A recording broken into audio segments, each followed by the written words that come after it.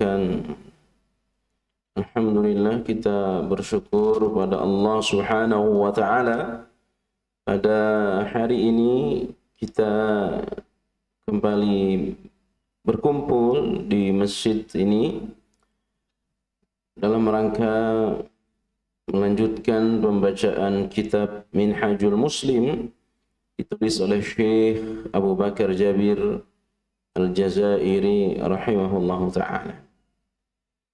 Ikhwani wa akhwati, jamaah yang Allah muliakan, kita sampaikan beberapa poin pada bulan lalu, yakni hal-hal yang disunnahkan dalam wudu, hal-hal yang disunnahkan di dalam wudu.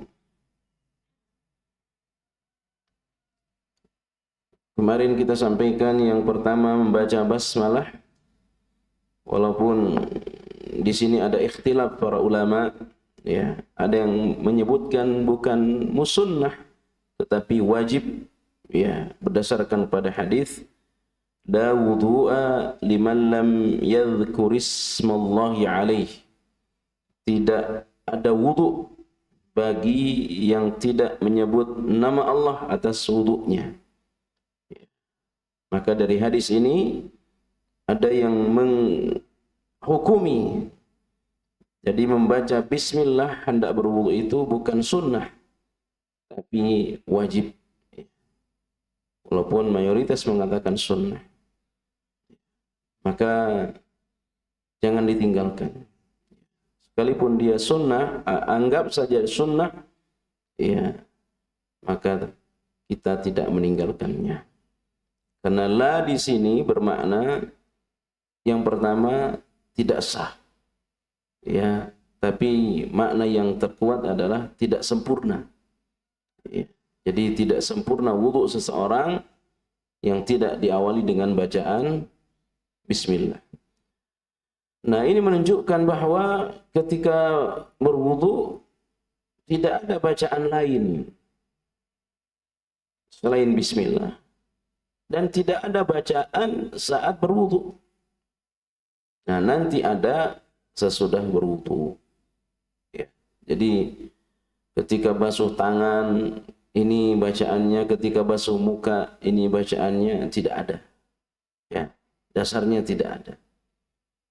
Misalkan ada sebagian orang memahami ketika membasuh tangan kanan maka dia membaca doa, ya Allah jadikan aku min ashabil yamin, kelompok kanan nanti di hari akhir, jadikan aku kelompok kanan di hari akhir. Tentu ini tidak tepat, karena tidak ada dasar sama sekali dari Rasulullah sallallahu alaihi wasallam. Kemudian sesudah itu membasuh kedua telapak tangan 3 kali sebelum memasukkan keduanya, saat bangun dari tidur. Ini juga termasuk perkara sunnah. Jadi saat kita bangun dari tidur jangan langsung wudu, hendaklah membasuh kedua tangan, yakni yang langsung ke dalam bejana, fi ina, dalam wadah air. Adapun ketika dia dalam keadaan tidak bangun tidur, maka boleh dia langsung memasukkan tangannya ke dalam timba atau ke dalam bejana tersebut untuk berwudu. Kemudian yang berikutnya di antara perkara sunnah dalam berwudu, yakni diawali dengan bersiwak. Makanya bersabda, laula an asyqa ala ummati lam amartuhum bisiwaki ma'a kulli wudu'in. Seandainya tidak memberatkan kepada umatku, maka aku akan perintahkan mereka untuk bersiwak setiap kali hendak berwudu. Setiap kali hendak berwudu. Ini juga termasuk perkara yang harus kita jaga. walaupun dikategorikan sebagai perkara apa? Perkara sunnah, tidak termasuk dalam perkara yang wajib, ya. Nah, tetapi prinsipnya sekali lagi, ya, tidak boleh kita meremehkan perkara sunnah. Ya, kalau kita menjaganya secara ikhlas, ya, mengikuti sunnah dalam rangka ittiba sunnah Nabi, maka bisa jadi ini yang akan memasukkan kita ke surga. Ya, hal-hal yang dianggap oleh sebagian orang dianggap remeh, ya, kita jaga, kita bersungguh-sungguh menjaganya, maka insya Allah, ya.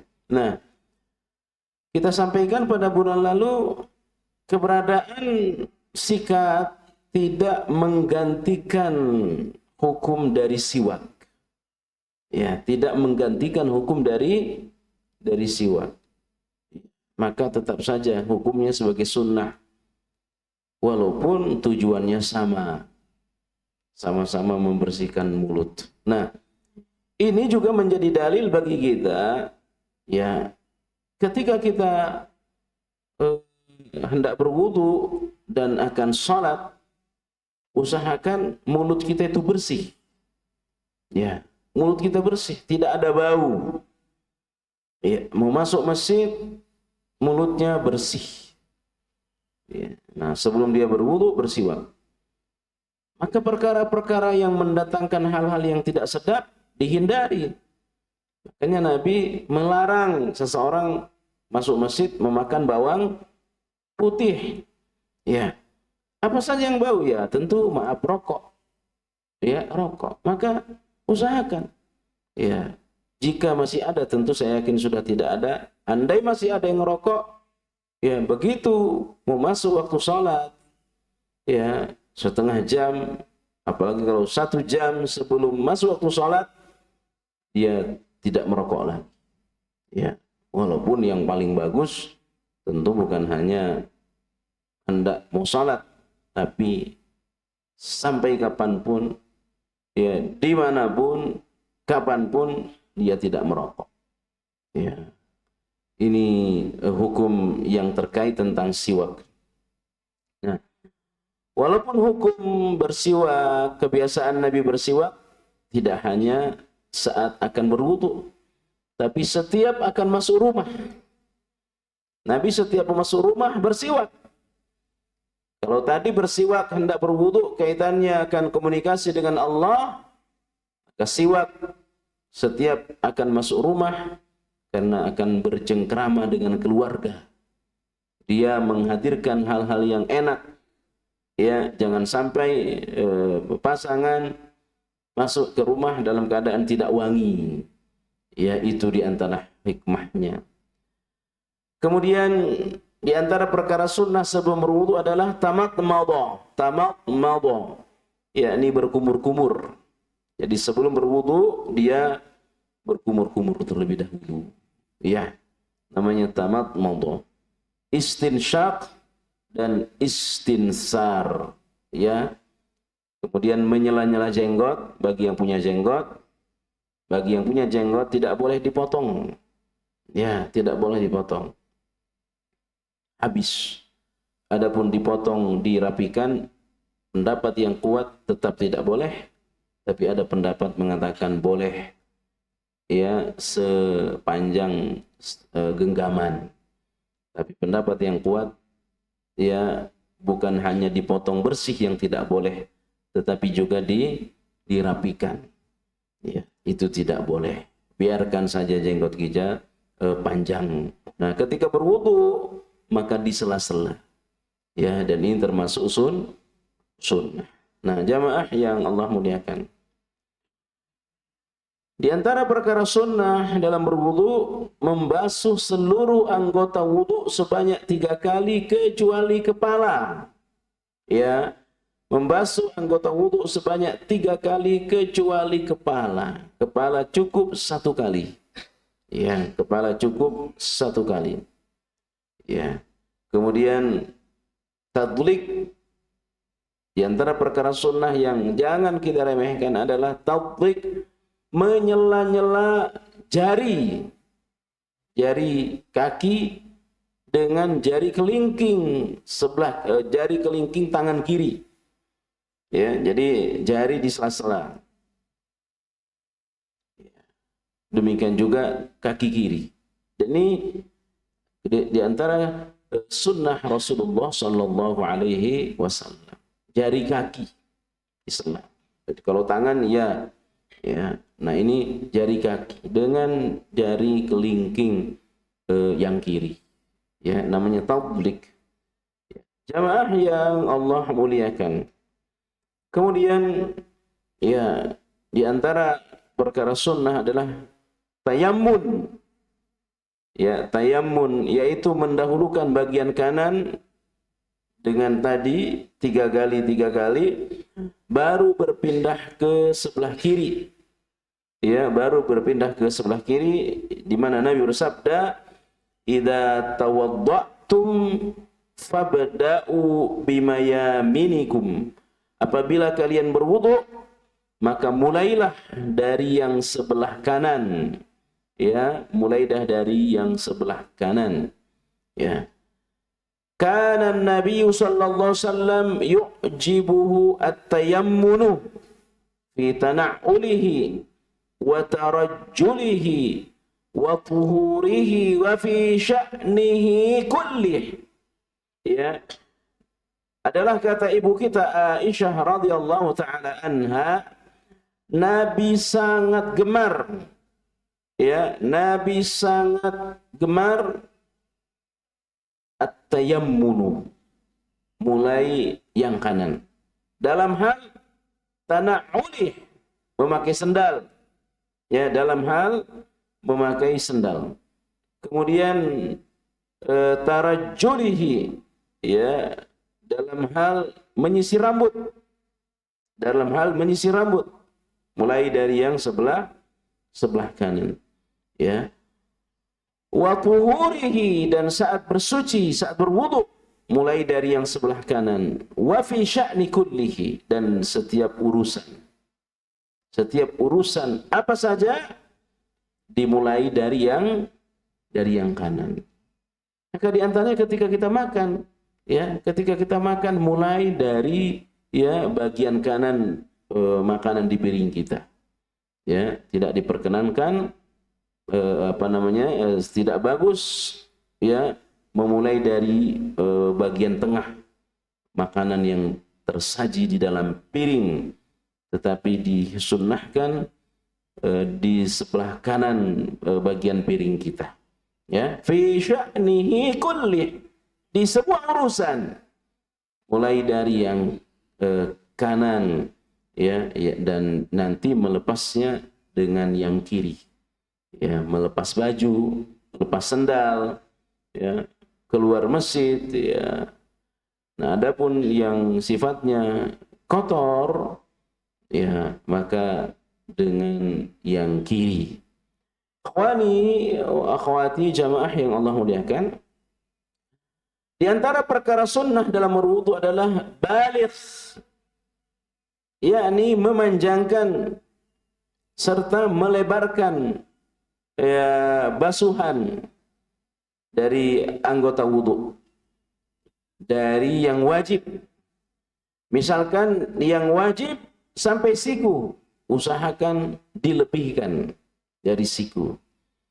Ya, apa tujuannya? Satu, untuk memastikan yang wajib kena air. Dan yang kedua adalah biar bekas wudu kita banyak.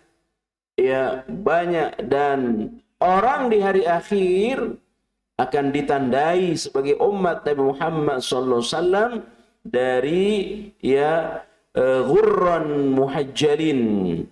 Inna ummati ya'tuna yawmal qiyamati, sesungguhnya umatku datang pada hari kiamat ghurran muhajjalin, dalam keadaan dalam keadaan wajahnya itu bercahaya. Ya, subhanallah. Dari sini nanti kita dikenali oleh Nabi kita Muhammad sallallahu alaihi wasallam, nanti di haud, di telaga Nabi. Nabi akan mengenali kita sebagai umatnya dari ghurran muhajjalin, dari wajah yang bercahaya, dan cahaya itu merupakan bekas air wudu. Iya. Faman istata'a minkum ay yutila ghurratahu falyaf'al. Barang siapa mampu untuk memanjangkan cahayanya, jadi siapa yang ingin cahayanya diperpanjang, ya, ayyutila ghurratahu falyaf'al. Hendaklah dia melakukannya dengan melebihi dari yang wajib. Yang wajib sampai mata kaki. Kalau itu kaki, maka usahakan ya melebihi mata kaki, misalkan sampai betis. Ya, ini sekali lagi termasuk dalam perkara sunnah. Ya, dengan hikmah yang tadi saya sampaikan. Ikhwani wa akhwati jamaah yang Allah muliakan, ya. Kemudian di antara perkara sunnah tadi kita sampaikan, jadi tidak ada bacaan yang dibaca saat berwudu, yang ada adalah hendak berwudu. Adapun dalam membasuh anggota wudu tidak ada bacaannya, ya nanti ada bacaannya lagi sesudah berwudu. Yakni membaca 2 kalimat syahadat, lalu membaca doa, Allahumma ja'alni minat tawwabin wa ja'alni minal mutatahhirin. Ya. Dan orang seperti ini di hari akhir nanti akan dibukakan baginya 8 pintu surga, dan dia bisa memilih masuk di pintu mana saja dari 8 pintu yang ada.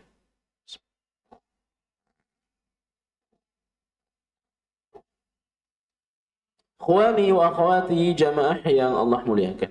Jadi ini mesti kita hafal. 2 kalimat syahadat saya yakin sudah hafal semua. Jadi selesai berwudu kita membaca 2 kalimat syahadat. Lalu sambung dengan doa, Allahumma ja'alni minat tawwabin wa ja'alni minal mutatahhirin. Dan itu dilafazkan. Jangan di dalam hati. Ya. Kalau yang dalam hati itu niat.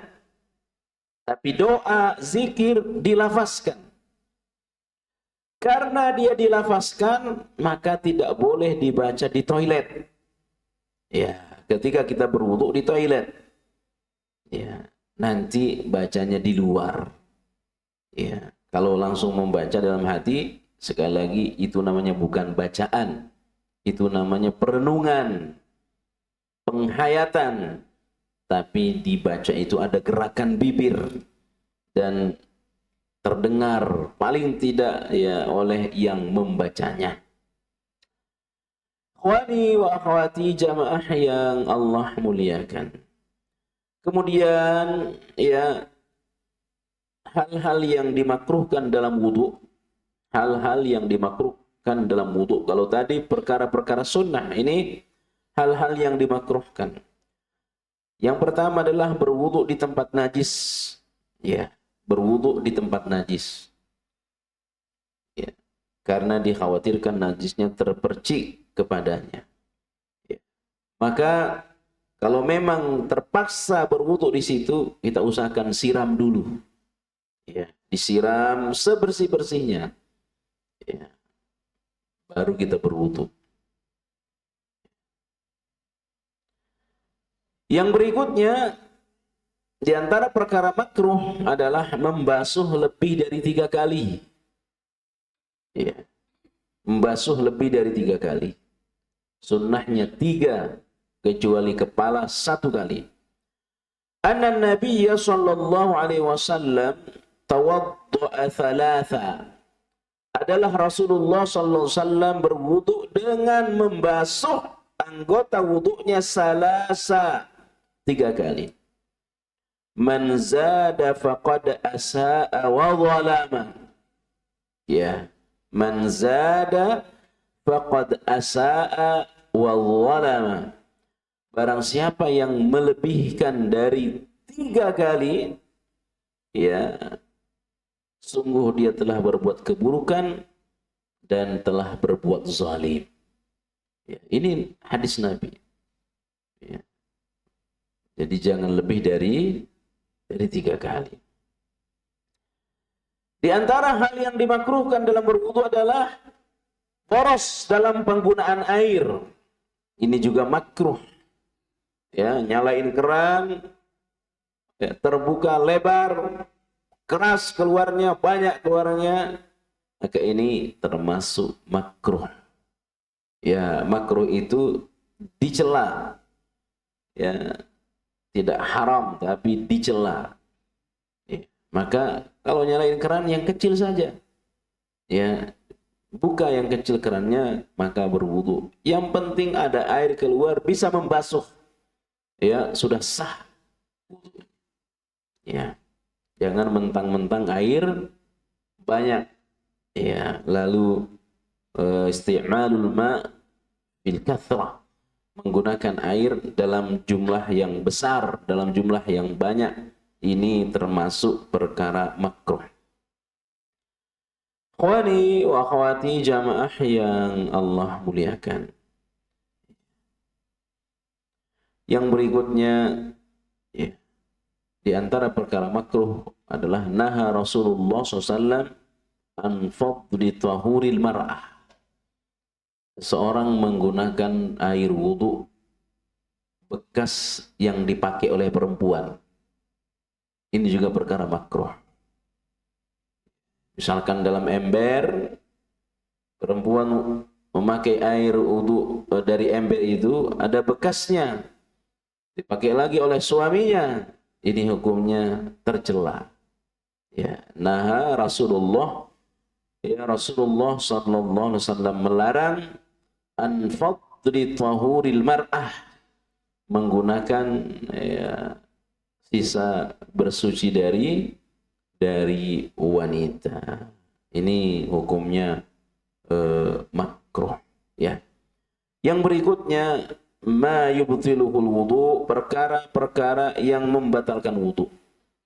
Ya, perkara-perkara yang membatalkan wudu. Yang membatalkan wudu ini harus berdasarkan kepada Quran, Sunnah, ya. Itu yang pertama. Yang kedua, yang membatalkan wudu ada yang disepakati, ada yang terjadi dalamnya perbedaan pendapat. Ya, ada yang disepakati, ada yang di dalamnya terjadi ikhtilaf, terjadi perbedaan pendapat. Tinggal mana yang lebih kuat, bukan mana yang benar. Jadi ketika terjadi perbedaan pendapat, kaitannya itu soal fikih, bukan mana yang benar, tapi mana yang lebih kuat. Ya. Membaca bismillah sir atau keras. Ya. Mana yang benar? Bukan mana yang benar, tapi mana yang lebih kuat. Yang lebih kuat membaca bismillah saat membaca Al-Fatihah dalam salat adalah disirkan, disembunyikan, tidak diperdengarkan. Walaupun sesekali Rasulullah memperdengarkan bacaan bismillah, ya, paling tidak kepada yang dekat dengan beliau. Ya. Nah, ini yang pertama. Yang kedua, hal yang membatalkan wudu itu ada dua. Ada yang disepakati, ada yang di dalamnya terjadi perbedaan pendapat. Nah, jamaah yang Allah muliakan. Yang pertama, sesuatu yang keluar dari kemaluan. Baik berupa kencing, madhi, ya, wadi, ya, maaf, kentut. Baik kentut itu ma'ad-durat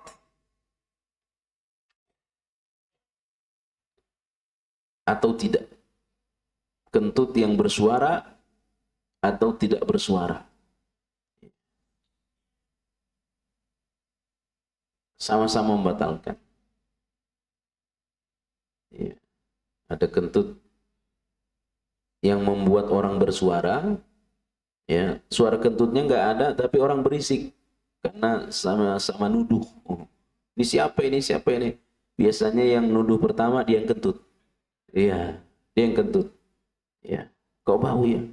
Iya, dia yang kentut itu. Iya, ada yang memang terdengar besar. Nah ini semuanya disebut hadas. Ya, hadas. Hadas kecil.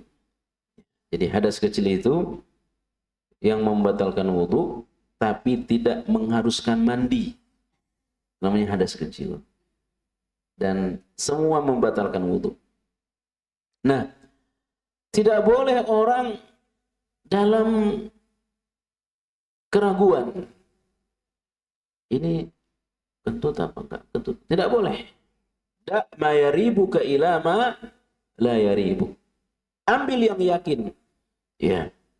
Tapi selama tidak ya mencium bau dan mendengarkan suara, ya berarti nggak kentut. Ya, baunya nggak ada, suaranya nggak ada. Dan tidak ada merasa keluar. Ya, selama tidak merasa, ya berarti nggak batal wudunya. Ya, ini ya prinsipnya. Jadi ini wudu saya udah batal. Tidak boleh begitu. Ya. Selama tidak ada yang keluar, berarti wudunya tidak. Al-yaqinu la yazalu bisyak. Keyakinan tidak boleh dikalahkan oleh keraguan. Harus yakin. Oh, wudu saya batal. Ya, berarti batal. Wudu saya tidak batal. Ya.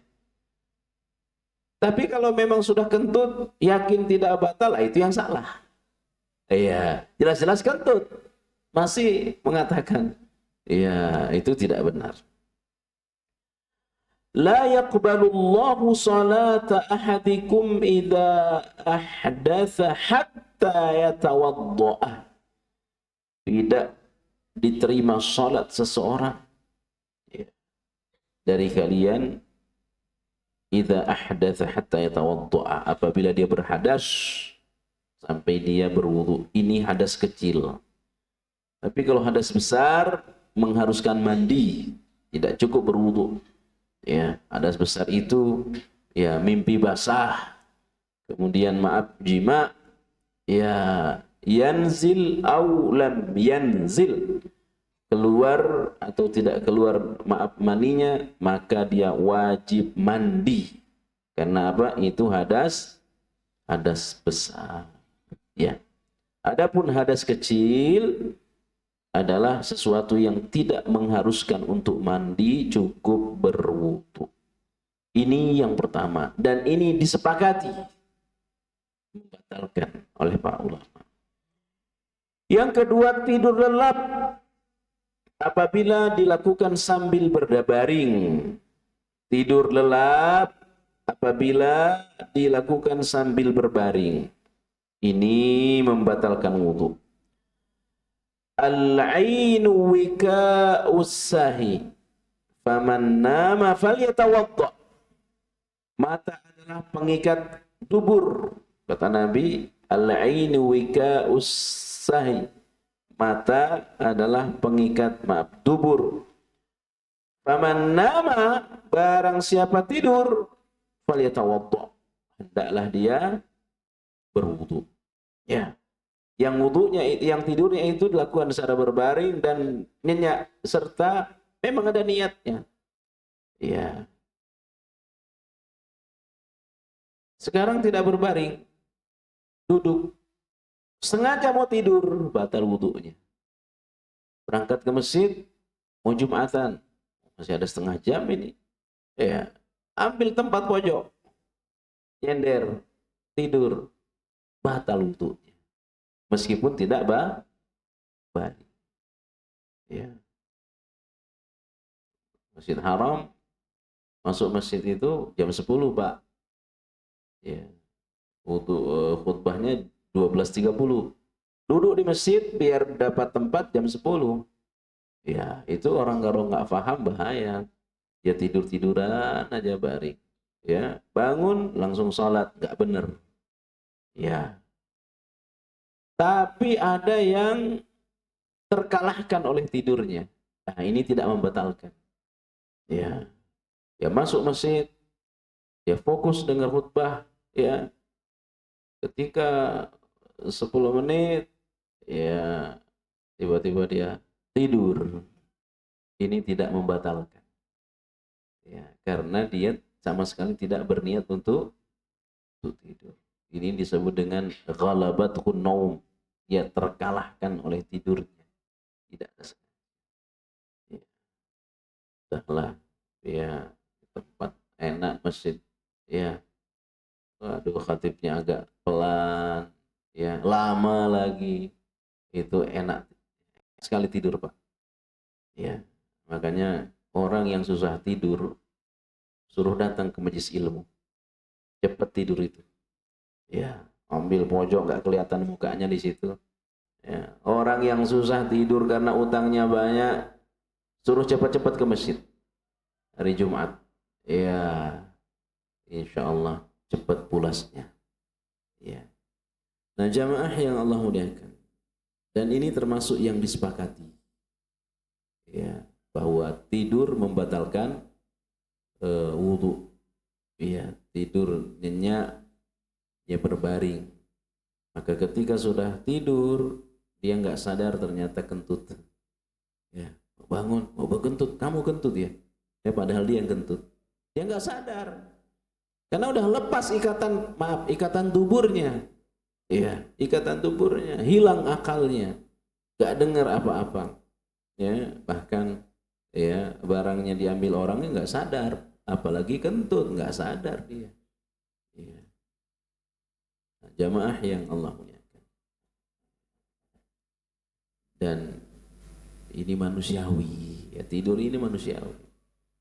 Kalau tak tidur ya bukan manusia. Ya, makanya pernah Nabi dalam satu kejadian, ya, siapa di antara kalian tidak akan tidur? Saya, kata Abu Hurairah. Ya, Nabi dan para sahabat tidur semua, dia nggak tidur. Tidur, begitu jam 1, jam 2 tidur juga dia. Sampai akhirnya Nabi terlambat sholat subuh. Udah terbit matahari. Ya, Allah katakan, Allahu la ilaha illa huwal hayyul qayyum la ta'khudhuhu sinatun wala naum. Ya, manusiawi ngantuk, Pak. Manusiawi tidur. Ya, kalau nggak tidur bahaya. Ya, tapi bahaya kalau setiap pengajian tidur, itu bahaya juga. Setiap Jumat tidur tuh, itu bahaya. Ya. Kalau nggak tidur, waduh, serem. Ya, habis badan kita. Kecuali Allah. Allah itu jangankan tidur, ngantuk saja tidak. Ya, karena Allah nggak punya kelemahan. Kalau kita banyak kelemahannya. Kelemahannya itu ya harus dilalui dengan tidur. Ya. Tapi kalau sudah berwudu, jangan tidur. Ya, batal wudunya. Yang berikutnya, hal yang membatalkan wudu adalah tertutupnya akal. Ya, dan hilang kesadaran karena pingsan. Ya. Kemudian mabuk atau gila. Pingsan. Ya, kalau gila sama mabuk. Ya. Yang keempat, menyentuh kemaluan dengan telapak tangan dan jari-jari bagian dalam. Ya, ini ikhtilaf. Ya, ini ikhtilaf. Terjadi perbedaan pendapat. Pendapat pertama, yang membatalkan itu kalau dia bersentuhan langsung tanpa sarung, tanpa apa gitu ya. Itu membatalkan. Tapi pendapat berikutnya tidak, innama huwa bid'atum minka. Ya. Kemaluan itu bagian dari tubuh kita. Sama dengan, menyentuh kemaluan sama dengan menyentuh tangan. Sama-sama kulit. Maka innama huwa bid'atum minka. Ya maaf, kemaluanmu itu adalah sama kedudukannya dengan bagian kulit yang lain. Ya, kau sentuh dia sama dengan kau menyentuh pipimu. Bagaimana mungkin menyentuh pipi batal wudu? Maka menyentuh kemaluan itu tidak membatalkan wudu, kata pendapat kedua. Tapi Nabi bersabda, hadis sahih diriwayatkan oleh Imam Tirmizi, ya, man massa dzakarahu fala yusalli hatta yatawadda. Barang siapa menyentuh kemaluannya, maka janganlah ia melakukan salat sehingga dia berwudu. Yang dimaksud di sini menyentuh tanpa alas, tanpa ya menyentuh secara langsung. Ya, mana yang kuat? Insyaallah lebih kuat yang membatalkan. Ya, tetapi sekali lagi ini masuk dalam kategori apa tadi? Ikhtilaf. Ambil yang aman, ya. Kalau sudah wudu ngapain lagi disentuh? Ya, fokus zikir, ambil Quran. Ya, itu namanya ikhtiyati, ya. Yang kelima, hal yang membatalkan wudu yang kelima adalah murtad. Ya, murtad. Ya. Kalau sudah murtad, ya walaupun dia berwudu 1000 kali nggak sah wudunya. Ya. Wudunya tidak sah. Ya. Kemudian yang berikutnya, hal yang membatalkan wudu, ya, memakan daging onta. Ya, memakan daging onta.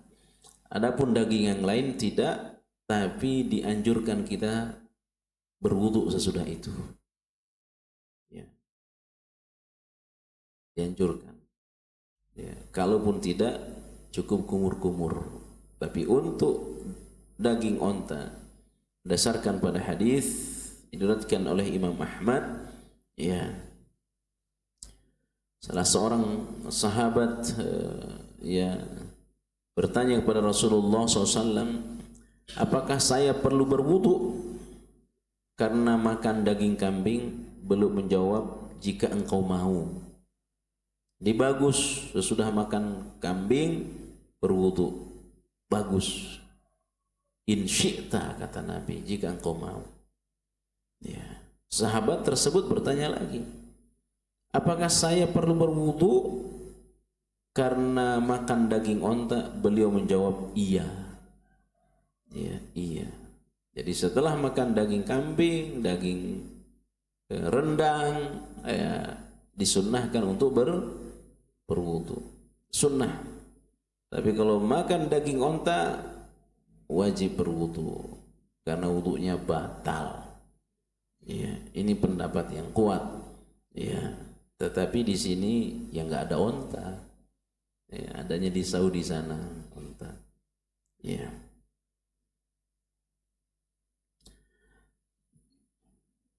Yang ketujuh, ini yang terjadi perbedaan pendapat dari dulu sampai sekarang. Apa itu? Menyentuh wanita. Menyentuh wanita. Nah, menyentuh wanita ini juga panjang pembahasannya. Yang pertama, menyentuh wanita sudah baligh, ya, dan menyentuh wanita yang belum baligh. Ya. Yang dimaksud membatalkan itu menyentuh wanita yang sudah baligh dan bukan mahram. Ada pendapat begitu. Tapi kalau mahram tidak membatalkan. Ya. Adapun wanita belum baligh tidak membatalkan. Mahram atau bukan mahram. Tapi ada pendapat lagi. Ya, menyentuh wanita belum baligh bukan mahram tapi yang dibayangin ibunya, ya, itu membatalkan. Itu begitu Pak, para ulama membahas. Ya. Ini jabat tangan sama anak SD kelas 3. Ya, tapi yang dibayangkan tangan ibunya. Ya, tetap membatalkan. Ya. Itu para ulama hebat membahas seperti itu. Ya. Jadi kedalaman ilmu para ulama luar biasa. Itu pendapat Imam Syafi'i. Ya. Memang nggak membatalkan. Ya. Tapi kalau dengan syahwat, ya, maka di sini disebutkan menyentuh wanita dengan syahwat. Ya, kalau Imam Syafi'i, ya, kalau bukan mahram, syahwat dengan syahwat sudah membatalkan. Ya. Ya. Apakah bersyahwat, tidak bersyahwat? Ya. Ada pendapat dengan syahwat baru batal. Ya. Jika menyentuh wanita, maka kata Imam Syafi'i, pendapat Syafi'iyah, ya, meskipun anak kecil, tapi dengan syahwat batal. Ya, batal. Seperti kasus tadi. Ya. Tapi pendapat yang kuat, bersentuhan kulit dengan wanita tidak membatalkan. Itu pendapat yang kuat. Ya. Tapi kalau bukan mahram tidak boleh. Sengaja. Ya. Itu pendapat yang kuat. Jadi banyak pembahasan para ulama. Ini termasuk pembahasan yang panjang. Ya. Yang paling aman ya tentu tidak bersentuhan dengan yang bukan mahram, baik dalam keadaan berwudu maupun tidak punya wudu. Jangan jabat tangan. Ya, tidak boleh jabat tangan lelaki dengan perempuan. Ya, yang bukan mahram, baik punya wudu termasuk dalam keadaan tidak punya wudu. Nah, dengan istri tidak masalah. Ya, punya atau tidak punya wudu, jabat tangan tidak masalah. Ya. Di antara dalil yang menunjukkan tidak batalnya wudu bersentuh kulit ya laki dan perempuan, suami istri. Satu, ketika Rasulullah SAW salat malam, hadisnya sahih. Ketika Nabi salat malam, salat tahajud, Aisyah tidak salat karena beliau sedang halangan.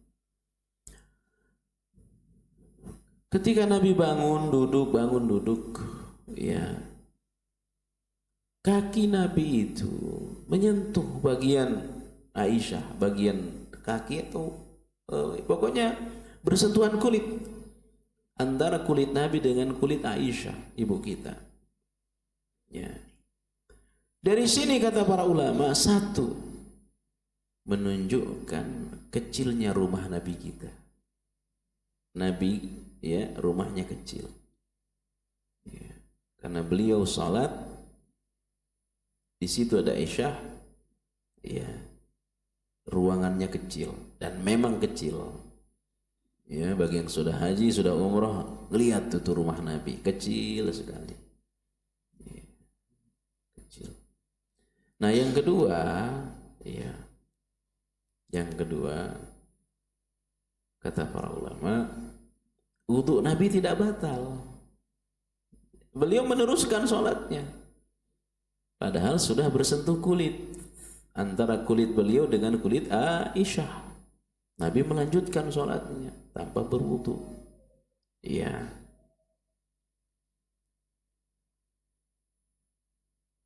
Di wudunya tidak batal.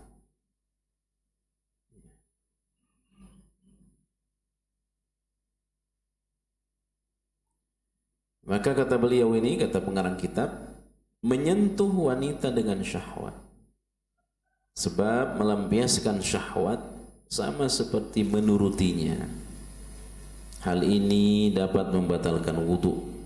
Ya, baik mahram maupun bukan mahram. Ya. Apalagi yang bukan mahram. Tapi saya ulangi lagi, ya, untuk yang bukan mahram sampai kapanpun tidak bersentuh kulit. Karena bukan mahram. Nah, ini dengan mahram, dengan istri. Ya. Hal ini dapat membatalkan wudu. Dalilnya adalah perintah berwudu ketika menyentuh kemaluan. Jadi yang menjadi dalil kenapa Nabi menyuruh kita berwudu saat menyentuh kemaluan, karena dikhawatirkan ada syahwat, ya, ada hal lain. Innama hiya bid'atum minka, kemaluanmu itu adalah bagian dari tubuhmu. Tapi menyentuh kemaluan beda dengan menyentuh tangan. Kalau menyentuh tangan nggak ada, tapi kalau menyentuh kemaluan ada efek lain, maka disuruh berwudu. Ini kata beliau. Nah, untuk menyentuh kemaluan saja kita disuruh berwudu, yang ada unsur membangkitkan syahwat, apalagi menyentuh perempuan yang sudah diikuti syahwat. Iya, maka membatalkan wudu. Ya. Ini berdasarkan hadis, ya, Nabi bersabda, qublatur rajuli imra'atah wa jassuha biyadih. Ciuman seorang laki-laki kepada istrinya dapat menyentuhnya dengan tangan termasuk mulasamah. Ya, saya ulangi, ciuman seorang laki-laki kepada istrinya dan menyentuhnya dengan termasuk mulasamah.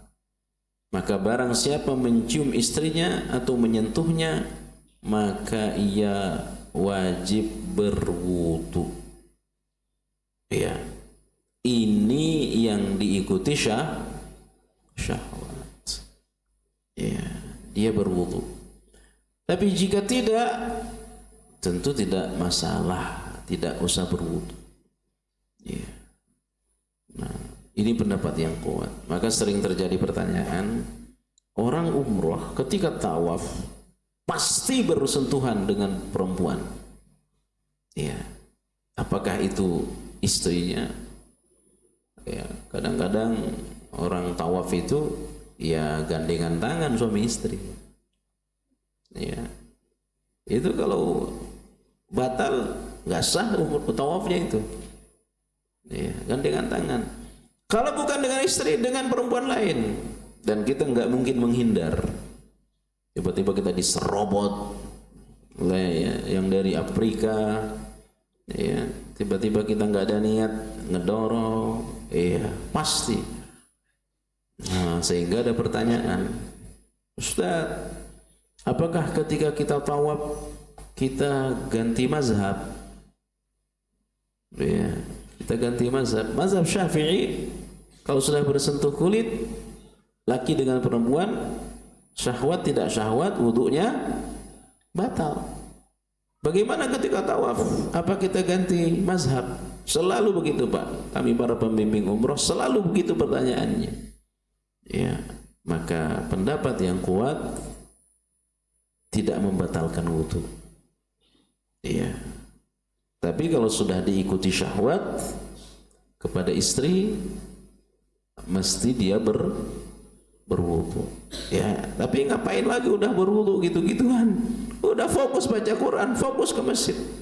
Ya, tapi kalau sekedar jabat tangan, ya itu sama apa pendapat yang kuat tidak membatalkan wudu.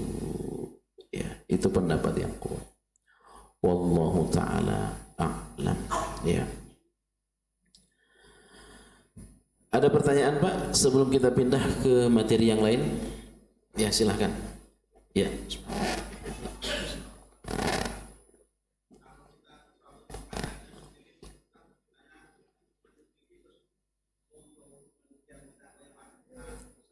Kalau apa, Pak? Ya.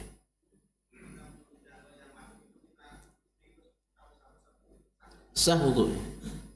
Ya, yang penting ada air dan basah dan disentuh. Ya, kita sering berwudu dengan segini. Ketika kita di Masjid Haram bulan Ramadan, kita wudu dengan ini cukup. Ya, ada gelas di Masjid Haram segini, itu satu gelas cukup. Ya, dan itu sah wudunya. Iya, demikian. Ada yang lain? Silakan. Ya.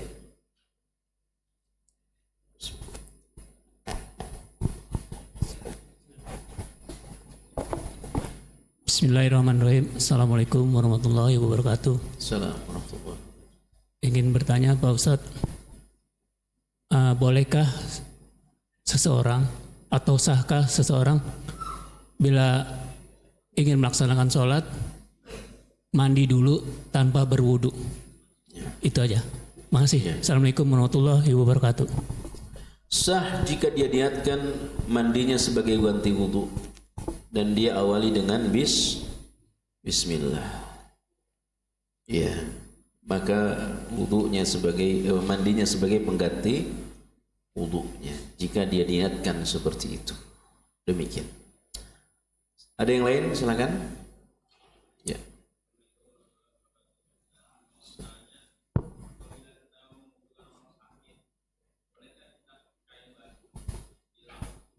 Apabila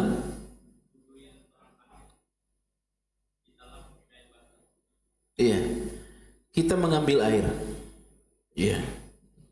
Jadi tidak dengan kain basah. Tapi diwuduin sempurna. Iya, sebagaimana wudunya kita. Iya. Jadi enggak ada air. Ketemu kain basah, maka berwudu dengan kain basah, tidak boleh. Atau yang kedua, kainnya dicelupkan direndam ke ember baru diusap, juga tidak. Ya.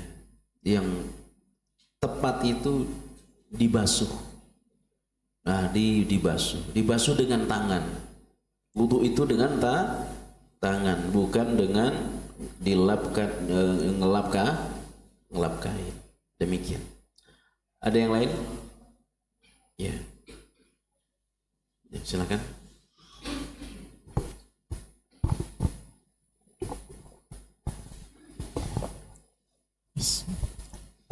Bismillah. Assalamualaikum warahmatullahi wabarakatuh. Ustadz, batasan mana dikatakan wudu itu syah atau tidak dari beberapa gerakan yang ini saya akan jabarkan. Ada beberapa, misalnya ini termasuk yang awam gitu ya, yang dimulai dari dia berkumur-kumur itu kan harusnya kita sama menghirup ke hidung berbarengan gitu kan. Ada yang merasa misalnya dia tidak bisa untuk menghirup air ke hidung gitu, katanya yang sakit atau jadi kan dipisah. Atau wudunya yang orang-orang awam itu berkumurnya 3 kali, nanti dia menyolok air ke hidung gitu ya pakai tangan gitu. Apakah itu sah atau enggak gitu. Jadi itu yang seperti itu. Yang kedua, untuk masalah kayak membasuh tangan atau kaki atau kuping yang dilakukan oleh orang awam itu kanan kiri. Jadi kanan satu, kanan dapat tangan gitu ya, kanan dulu, kiri lagi, nanti kanan lagi, kiri lagi, kanan lagi, kiri lagi 3 kali gitu. Nah itu yang kedua posisinya. Yang ketiga, untuk membasuh kepala, ada yang hanya ditepok-tepok aja jidatnya gitu. Jadi nggak seperti yang dibilang gitu kan ya, yang kuping gitu. Nah ini 3 kali. Ya itu aja. Untuk gerakan-gerakan seperti itu, ataukah yang bagaimana yang dianggap tidak sah sebatas apa gitu Ustaz? Yang terakhir, misalnya di kaki itu kan sunahnya tadi pakai kelingking. Tatlik ya. Yang kelingking tadi itu misalnya kita pakai 4 jari di sela-sela gitu gimana Ustaz? Ya, tidak dengan kelingking, kita aja Ustaz. Jazakallah khair. Wudu itu ada 2, ada wajibnya, ada sunnahnya. Ya, wajibnya itu hanya 4. Wamsahu bi ru'usikum, ya. Kepala, tangan, ya, kaki, ya, wajah. Itu dalam Qur'annya 4. Itu yang sahnya. Tapi prinsip dari ibadah itu, kita jangan Qur'aniyun.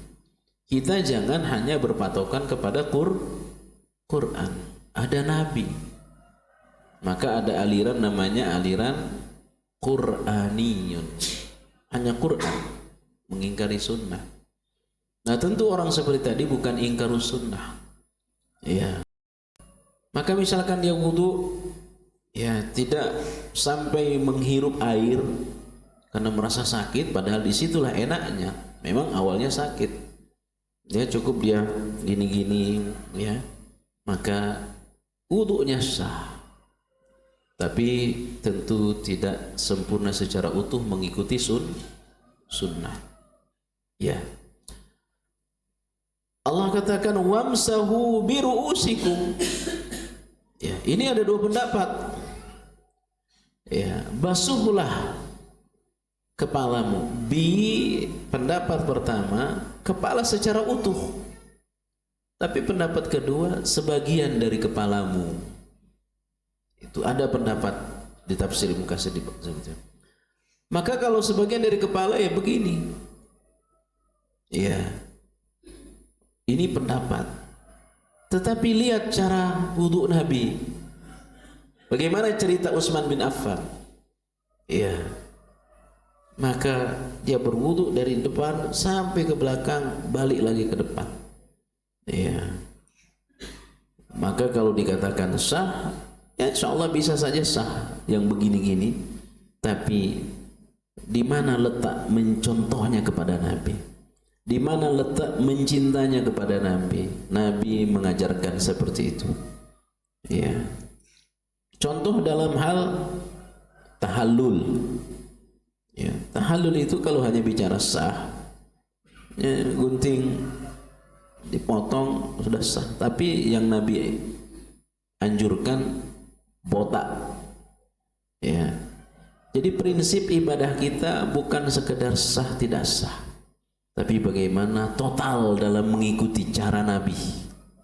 Ya, ketika Nabi diceritakan oleh Utsman bin Affan, beliau membasuh kepalanya dengan cara dari depan ke belakang lalu balik ke depan, ya, begitu cara Nabi. Beginilah cara wudunya Nabi, kata Utsman bin Affan. Ya, lalu tiba-tiba mengikuti pendapat ya Imam Syafi'i, katanya yang cukup agama ini yajri ala dalil. Kita mengikuti dalil, bukan mengikuti imam. Kalau sudah ada dalilnya, ya jangan kita berdalil dengan ulama-ulama imam mazhab. Ya, ya kita berbaik sangka mudah-mudahan sah, itu juga mudah-mudahan. Tapi letak mengikuti sunnahnya tidak sempurna. Bagaimana kalau tadlik langsung 4 jari? Tidak. Ya, sunnahnya dengan jari kelingking. Kenapa jari kelingking? Karena dimungkinkan akan masuk ke sela-sela jari. Dengan masuk ke sela-sela jari maka akan basah. Ya, demikian. Tidak boleh. Ya, di antara rukun dalam wudu tertib, yakni tertib, selesaikan dulu yang kanan. Ya, kalau sekali baru pindah ke kiri. Sunnahnya tadi 3 kali, selesaikan dulu 3 kali, baru pindah ke kiri 3 kali. Ya, tidak bisa. Ada yang lain? Silakan. Ya, sudah jam berapa? Sudah lewat ya. Demikian kajian kita lanjutkan pekan depan insyaallah dalam bab al-ghuslu, bab mandi ya. Judulnya nanti tentang bab mandi. Barakallahu fikum, mudah-mudahan bermanfaat, mudah-mudahan kita sehat. Kalau ada yang sakit, mudah-mudahan Allah jadikan sakitnya sebagai penggugur dosa-dosanya. Kalau ada pedagang, mudah-mudahan dagangannya diberkahi oleh Allah Subhanahu wa taala. Mohon banyak maaf. Subhanakallahumma bihamdika asyhadu an la ilaha illa anta astaghfiruka wa atubu ilaik. Wassalamualaikum warahmatullahi wabarakatuh.